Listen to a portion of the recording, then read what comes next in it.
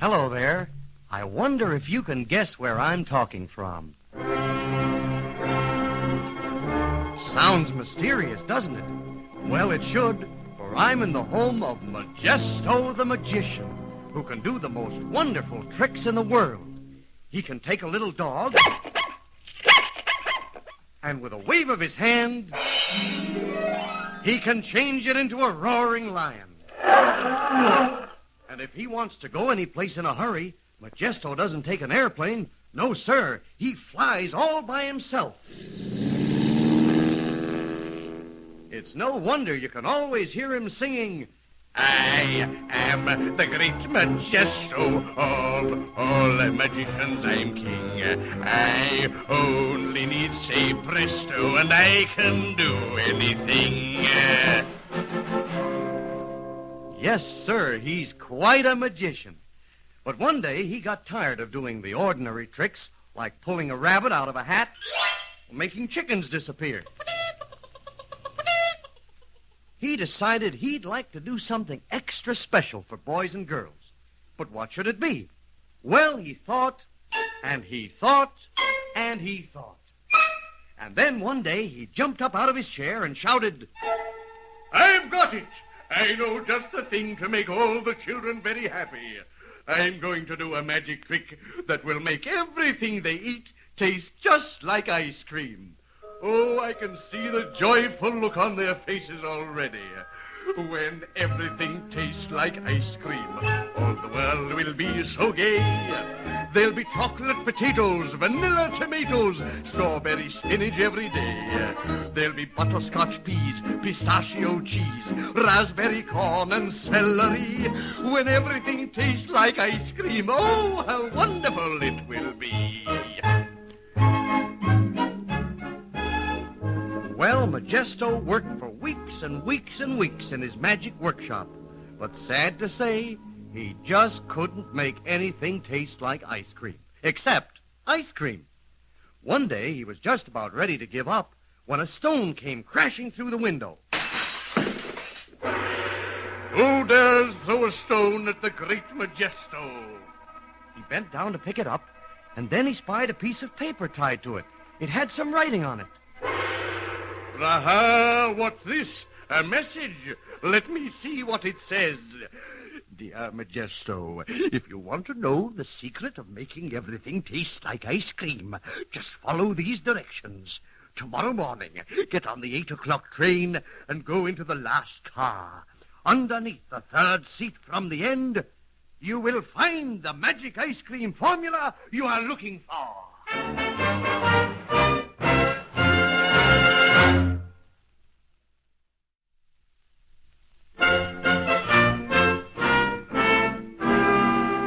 Well, the next morning, Magesto hurried down to the 8 o'clock train and rushed into the last car.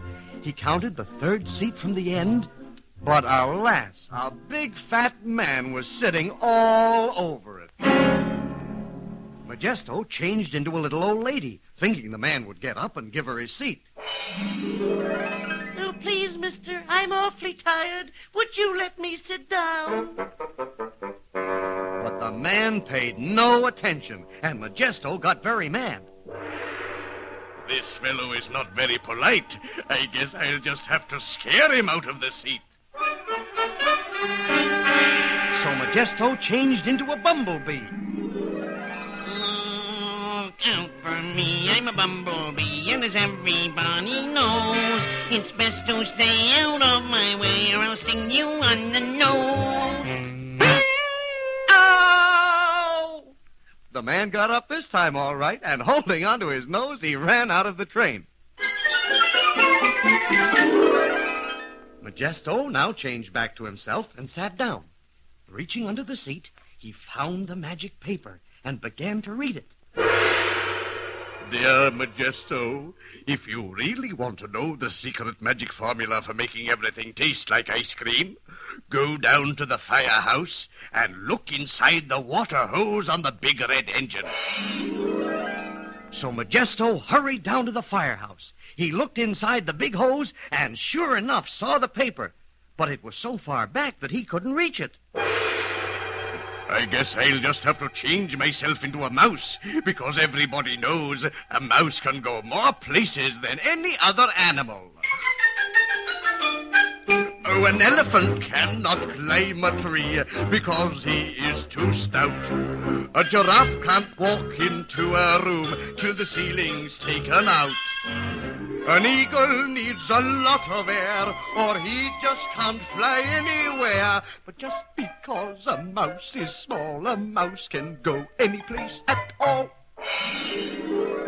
So Magesto now became a mouse, and he ran into the hose. He got the paper all right, but just as he was about to run out, he heard... It was a big cat that began to chase him all around the firehouse. The cat grew closer and closer, and then Magesto spied a hole in the wall and flew right through. Oh, phew, that was a narrow escape. Now let me see what the paper says. Dear Magesto, if you still want to know the secret magic formula for making everything taste like ice cream, go down to the fish pond and look under the big rock in the middle of the water.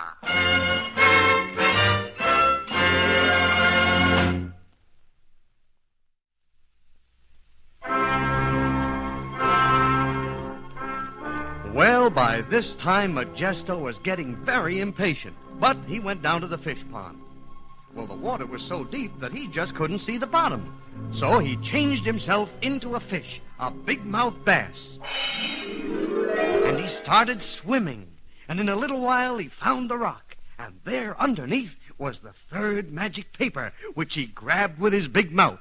The other fish all started laughing at him for swimming around with a paper in his mouth. Especially with so many big, juicy worms floating in the water, all ready to be gobbled up. But Magesto knew there were fishermen up above, waiting for them to grab those worms. Silly fishes. They're so crazy about worms. It's a shame they never get to enjoy them. A fish likes worms for breakfast. A fish likes worms for lunch. And when it's time for dinner, he could eat them by the bunch. Poor fish, he never sees the hook that's there to spoil his swim. And instead of making a meal of worms, somebody makes a meal of him.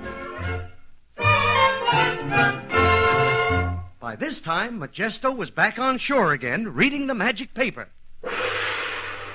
Dear Magesto, sorry to disappoint you again, but it's not easy to make everything taste like ice cream. So now you must go to the third floor of the old house on Elm Street. When he got there, he saw a most peculiar, rickety old house. It had no door, and it had no steps. It seemed just about impossible to get upstairs. That is, impossible to anyone but Magesto. He just turned himself into a ball and got ready to bounce himself up to the third floor.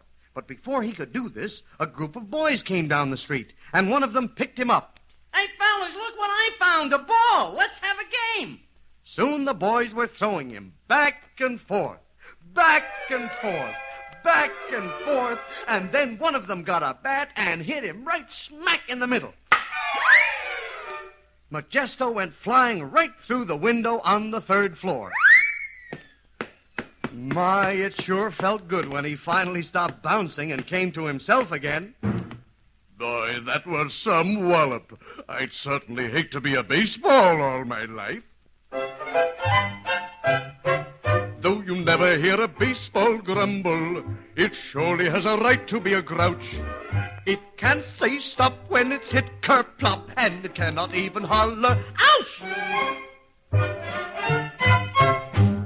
Magesto soon found the fourth magic paper. And what do you think it said? Dear Magesto, ha, the joke's on you. You'll find the directions for making everything taste like ice cream right under your own pillow at home.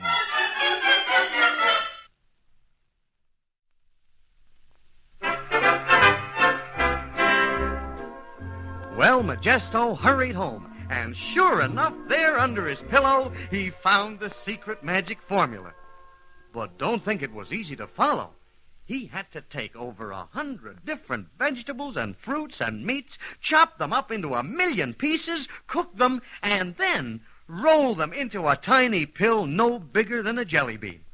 Well, it took 3 whole days, but finally he finished. And swallowing one of the pills, he walked into the dining room singing merrily, "There'll be butterscotch peas, pistachio cheese, raspberry corn and celery. When everything tastes like ice cream, oh, how wonderful it will be." Magesto now sat down at the table and started to have his dinner. First, he tried the soup. Oh, boy, this is delicious chocolate ice cream soup. Yum, yum, yummy strawberry lamb chops with pineapple carrots and vanilla string beans. Ah! Well, by this time, Magesto was starting to get thirsty from all that ice cream, so he had a glass of water. Yes, I guess you know what happened. The water also tasted like ice cream, and it just made him more thirsty than ever. He made a cup of hot tea, but the same thing happened. Poor Magesto, he hadn't figured that while people like ice cream, they also like other things. A glass of milk that tastes like a glass of milk, an apple that tastes like an apple, and a plate of good hot soup in the wintertime. With this new trick of his, they might even grow to hate ice cream, and that would be awful. Yes, he suddenly realized that too much of anything is not too good. Candy is dandy, cake is fine, roast beef is scrumptious when we dine, rice is nice, that's understood, but too much of anything is not too good. So Magesto started to throw away all the magic pills he'd worked so hard to make. And as soon as the last one was gone, the spell was broken. Once again, he was able to taste a glass of water. Boy, I never knew how good water can taste. Now I guess I'll just have to do something else for the girls and boys. I'm sure I'll be able to, for I am the great Magesto of all magicians. I'm king. I only need say presto, and I can do anything.